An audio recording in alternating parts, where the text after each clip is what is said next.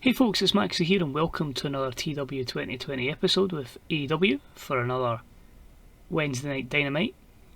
To you guys, it's a new day, it's a new episode. For me, it's about the fifth episode I've recorded today. I am on an absolute booking spree, and that probably indicates the fun I'm having with this save at the moment. So hopefully, the last 5 shows of 2021 can be really, really good, and we can propel ourselves into good things in 2022. There's a lot of things I want to do. Whether that happens, the game has to be on our side. We did actually have to pay a lot in terms of tax and miscellaneous costs, but we still made a profit of 1.5 million last month. So I think we'll tone down on the boosts for this particular pay-per-view coming up, and I think we should make a healthy profit just to get that in the bank, and then we can move on with investments. But until then, we've got 4 weeks to go to that event. We've got a lot to build up. Let's crack on with this week's Dynamite. And we're sold out, 12,000 at the Hodges Stadium. Our usual pre-show matches sees Wardlow defeat Brandon Cutler in 4:42 with Splash Mountain, a simple basic 42 match. We had Priscilla Kelly get the win over Yuka Sakazaki in 6:54 by pinfall. This was a 44, a 51 performance played Yuka's 27. We had some tag team action as Raymond Rowan Hansen of War Machine defeated El Lindaman and T-Hawk from the Strong Hearts in 8:36 when Raymond Rowan pinned El Lindaman with a fallout. T-Hawk was off his game, and you can see there some really good performances from War Machine at a 60 and a 63, which contributed to a 57 rated matchup. We had Ricky Starks defeat QT Marshall in 8:26 with the Buster Keaton. A 54 here. QT actually with a pretty reasonable performance in a 47, and Ricky with a 54. And we had the team of Luster and Peter Avalon from Kingston's Paradise get a victory over Sonny Kiss and Joey Janela in 8:37 when Peter Avalon pinned Sonny Kiss with the Martinez. 51, you can see there, better performances from Avalon and Luster. Joey Janela the main man here, but a good win for some guys that you wouldn't think would be picking up victories. In our main event, I believe, we had Riho defeat Cassie in 9:41 with a jumping knee attack. Pretty close in terms of in-ring performance and overness, and that's reflected with the 54 rating and the 53 and 52 in-ring performance. So we start the show with MJF and Cody in the ring. We start with Cody, and he says it's good to be back. He obviously couldn't allow MJF to pick up the World Championship at his expense, considering he'd done it there. MJF says it's an absolute travesty. He should do the right thing and he should resign. And he just says, Cody, I don't want anything to do with you, but if you even try and cross me again, even look at me, remember I've got the numbers advantage here. I've got Uprising, myself, Wardlow, Ricky Starks, Mark Quinn. We will hunt you down and we will beat you up, and there'll be nothing you can do about it. So 100 rated start there, which is very good. Cody will be in action later on as he takes on the Murderhawk Monster, Lance Archer. Opening contest for the evening in his Dynamite debut, Samoa Joe defeats Angelico in 9:19 with the Kikuina Clutch. Joe's a 66 here, a 50 for Angelico, 60 overall, as we continue to build momentum with the debuting Samoa Joe from Full Gear. As I said, it'll be quite a little bit before he's where we want him to be. Backstage we get a little bit of a confrontation. Max Caster sees Matt Riddle walking about with some flip-flops on, drops a rhyme on him. Matt Riddle takes a bit of an offence, and Caster goes, what are you going to do? There's me and Anthony Bones. You're just some hippie guy that's all alone. Go and try and find yourself a partner, and the two of us will face you later on. So he's like, okay bro, I know a man, happens to be around, an old friend. So 43 there, so later on we'll see Max Caster and Anthony Bones take on Matt Riddle and a surprise partner, who could be critically acclaimed. We had a matchup that had, well, it was decent really. Brian Pillman Jr. defeats Jacob Fatu in 10:23 with a surprise roll-up.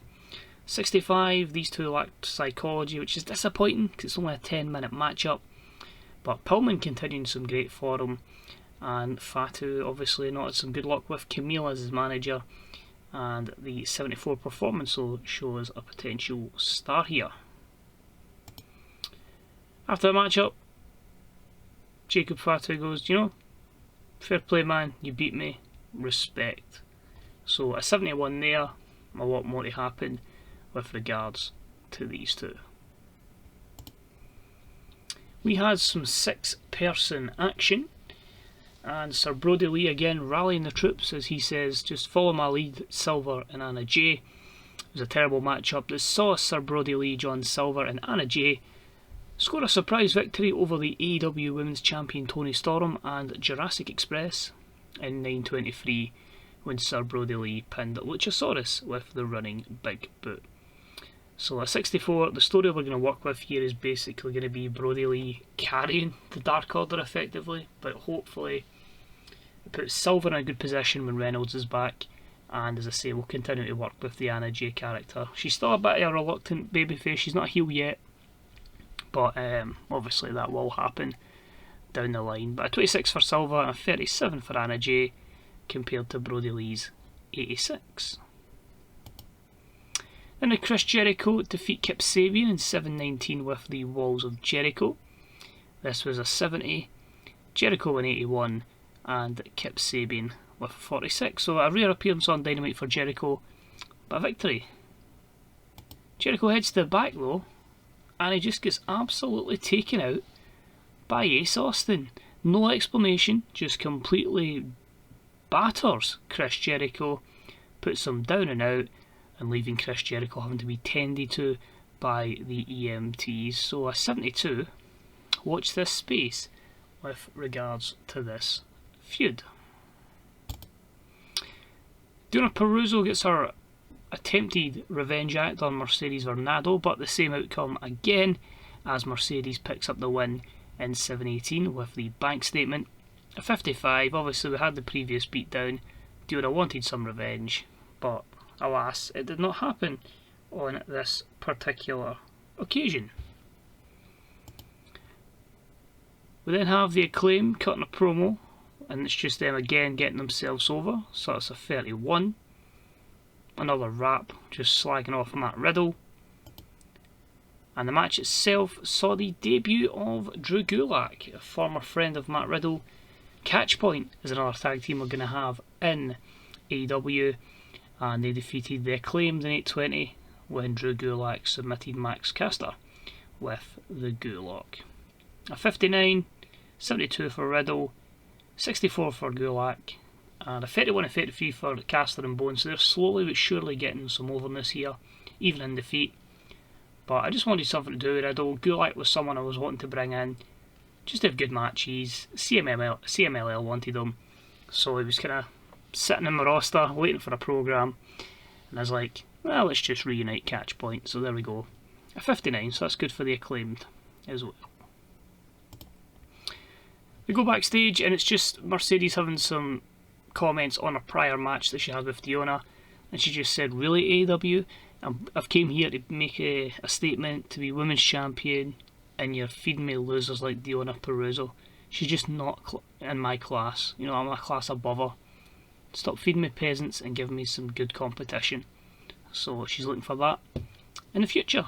That's a 64 by Mercedes. Cody and Lance Archer, actually a really good match. I'm surprised at that. Cody obviously picks up the win in 10:16 with the Crossroads, an 81. Cody with a 90. Archer with a 65. And Archer as a gimmick is getting stale. This was just a case of a rare opportunity for Archer and having Cody back on Dynamite, picking up a victory, gaining some more momentum. And after the matchup, he gets his ass handed to him. MJF doesn't touch Cody, but he causes a distraction, and that allows Wardlow, Ricky Starks and Mark Quinn, the Uprising, to systematically destroy the American Nightmare. So a 79 here. Cody is laid beaten in the ring, and the Uprising, the four of them, stand tall and with that kind of arrogant smirk that all of them have carrying there, apart from Wardlow, who just looks hungry. Which leads us, I believe, to our main event, which was phenomenal, no pun intended. 86, so we're really putting the matches out here. So I've had to call them Bullet Club AEW, because Bullet Club's already in the database. But they are back, they are reformed, and are about that had great wrestling and good heat. Prince Devitt and the Young Bucks Bullet Club defeat AJ Styles and the Lucha Brothers in 2056, when Prince Devitt pinned Pentagon Jr. AJ Styles was the weak link here. 86 I'm delighted with. My reasoning for this was, Prince Devitt, we need to get up there as quickly as possible. So put him in there. The Young Bucks are always going to have good performances. I know I can count on the Lucha Brothers. And AJ has the psychology stat that he can carry big matches. His psychology is at 90. So despite not having the overness or the performance these days because of the physical decline, I know I can count on him to put matches together. So expect AJ to be someone that maybe gets a bit of a push in the future again, just to get him up there and help our main event matches. So we finished the show with another 87, and that increases our popularity in 49 regions. So I think that's a really good rating when you take out the fact that no Moxley, no Guevara, no Pac. That allows me to rotate. So happy with that. We get a good bit of the undercard pushed, a few storylines going. As I say, we'll continue to rotate our television show until we get 2 brands. So we'll make a wee step to the main screen. Fantastic reviews. Best announcer in wrestling with AEW. Ember Moon, what's her psychology? 61. If I didn't have a really stacked division, I'd be after Ember Moon, but nah, she can stay there. Evil Uno's contract's ending, so renewed that. Matt Jackson says El Lindemann is pretty good, and with a 2.45, so that's good considering we don't have the biggest TV deal, and hopefully we can work on that. I think it'll be 2 weeks before we can hopefully negotiate, because I think it was quite late. It was like Saturday we lost the deal to ITV4, so we are going to be waiting a few days after the next show before we can go for that. But it's looking good. There's a few things that are in plan for end of the line. It's staying at that at the moment, and fingers crossed we can keep growing as a company. I think because I've booked a lot of shows in quick succession, I've been able to address everything that I felt was an issue very quickly, in terms of the pay-per-view situation, in terms of the announcer situation. So I feel we'll really reap the benefits of that, and that's going to allow the company just to get bigger and bigger, and means we can take risks and we can have a lot more shows that have lesser talents in the main event. We can lose pop and we won't be too much affected by it. As I say, we literally take these places up, so they're not going to be 77 anytime soon.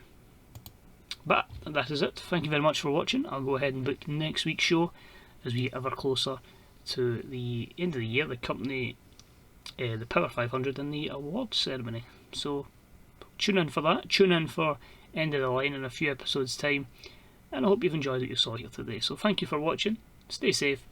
I'll speak to you all real soon. Bye bye.